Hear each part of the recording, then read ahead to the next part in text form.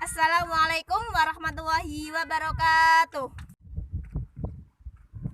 Perkenalkan, nama saya Nujrul Laili, NIM 2019 33191 dari kelas E semester 2. Saya Clara Alna Indianti, NIM 2019 33187 dari PGSD kelas 2E. Perkenalkan, nama saya Distia Hilma Damayanti, NIM 2019 33197 kelas E semester 2. Perkenalkan, nama saya Musoihul Fadilah, NIM 201933215 dari kelas E semester 2.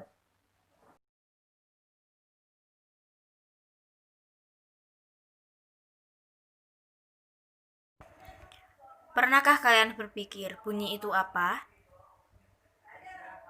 Atau kenapa bisa muncul bunyi? Saat kalian sedang terdiam, tiba-tiba terngiang nyamuk di dekat telinga. Apa yang kalian dengar? Kamu pasti mendengar bunyi atau suara, kan? Apakah kalian tahu bagaimana bunyi bisa kalian dengar? Pendengaran pada manusia. Telinga. Daun telinga untuk menangkap gelombang suara. Lubang telinga untuk jalan masuknya suara ke gendang telinga. Saluran telinga, 3 tulang pendengaran, tulang martil, tulang landasan, dan tulang sanggurdi. Gendang telinga, 3 saluran setengah lingkaran, rumah siput atau koklea, dan saluran eustosius untuk menyeimbangkan tekanan udara. Proses telinga mendengar. Telinga menerima gelombang suara, menuju ke daun telinga, menuju ke saluran telinga, kemudian menggetarkan gendang telinga, lalu menuju ke tulang telinga, yaitu tulang martil, tulang landasan, dan tulang sanggurdi. Kemudian menuju ke rumah siput atau koklea. Lalu menuju ke organ korti, dan yang terakhir disalurkan ke syaraf. Saat di rumah, pernahkah kalian mengetuk gelas kaca dengan sendok? Saat kamu mengetuk gelas tersebut, pasti akan berbunyi. Mengapa hal tersebut dapat terjadi? Mari kita cari tahu. Berikut adalah alat dan bahan. Ada gelas, sendok, dan air. Kami akan melakukan percobaan pada gelas yang belum terisi air. Mari kita dengarkan.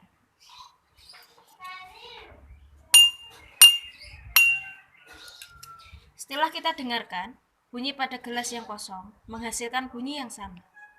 Sekarang, kita coba pada gelas yang sudah terisi air pada volume yang berbeda.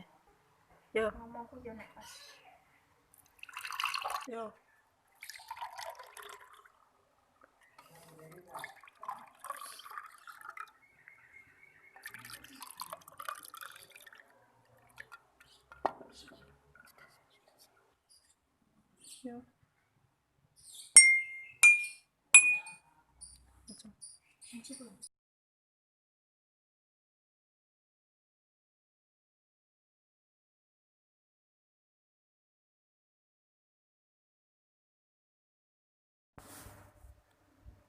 Kesimpulannya, getaran kecil ketika kita mengetuk gelas akan menghasilkan gelombang suara yang merambat melalui air.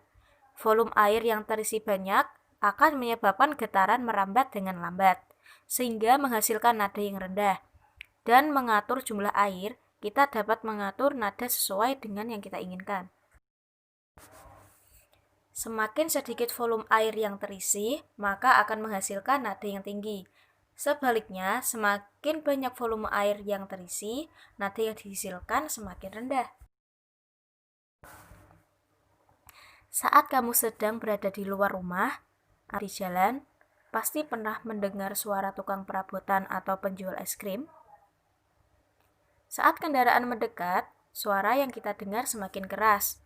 Sebaliknya, saat kendaraan tersebut menjauh, suara yang kita dengar mulai menghilang.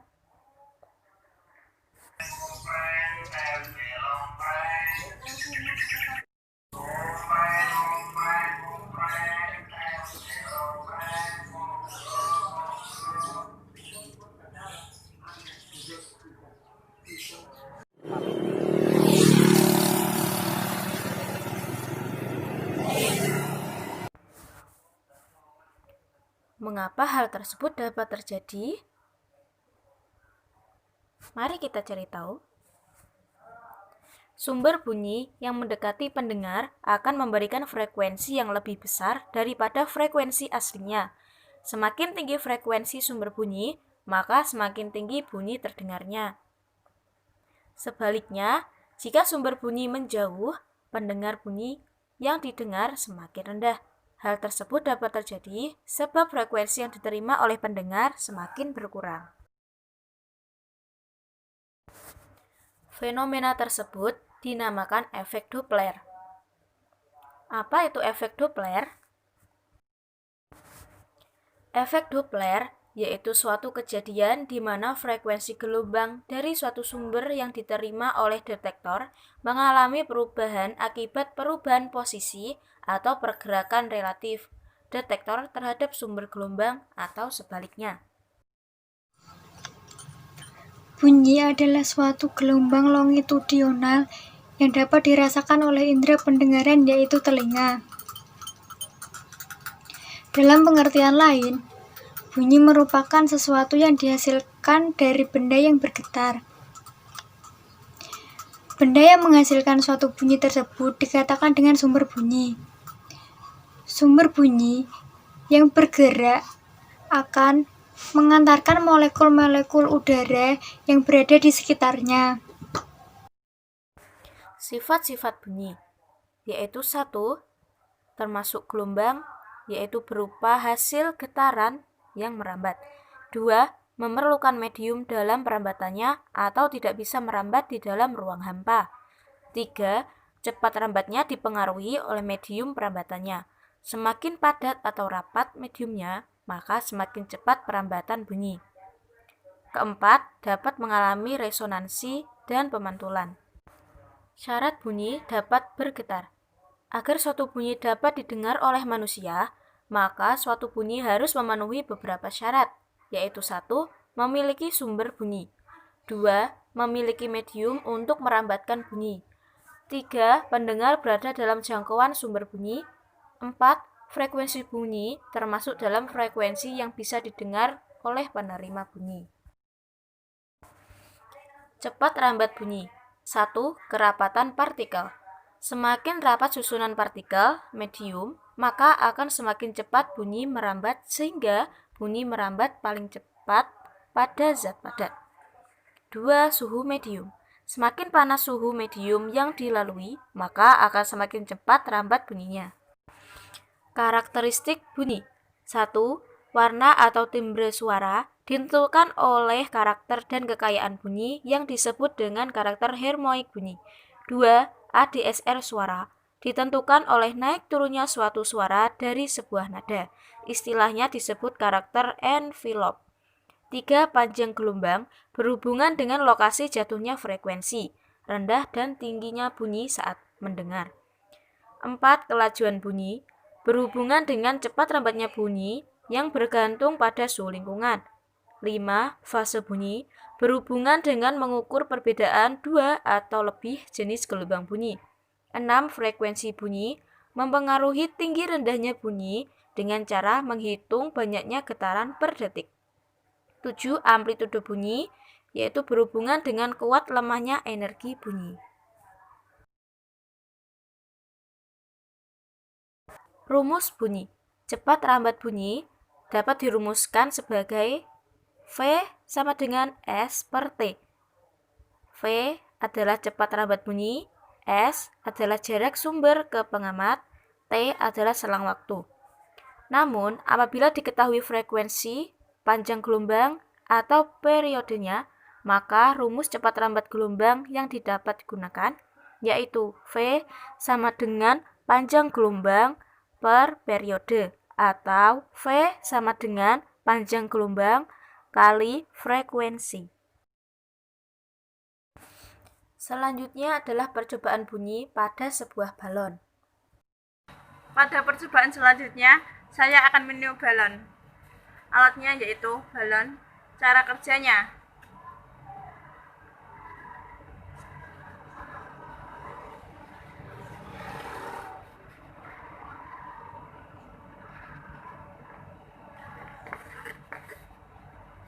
kita meniup balon sampai kebesaran maksimal. Setelah meniup, tarik mulut balon dengan dua tangan ke samping.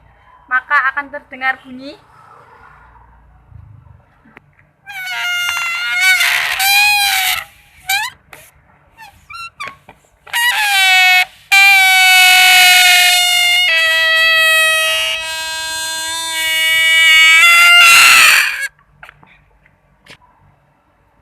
Kesimpulannya, bunyi terjadi karena adanya usikan yang diberikan kepada benda dari mulut balon, sehingga benda bergetar. Ketika mulut balon ditarik, maka jalan keluar udara menjadi sempit, sehingga udara mendesak dinding balon untuk keluar. Ketika udara mendesak balon, maka mulut balon bergetar dan menimbulkan bunyi. Contoh bunyi lainnya yaitu saat kalian sedang berada di lapangan atau sawah dan kalian sedang berteriak. Apa yang akan terjadi?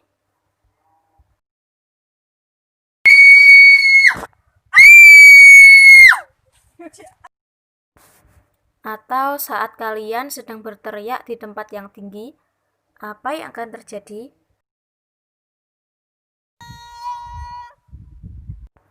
Sekilas, kita mendengar suara pantulan, tetapi tidak begitu keras.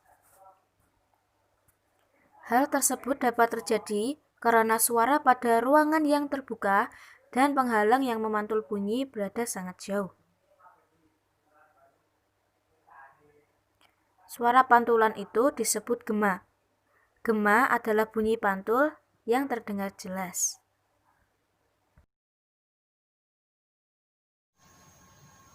Kesimpulan, gelombang bunyi merupakan gelombang mekanik longitudinal. Karakteristik bunyi dicirikan oleh keras dan tingginya bunyi.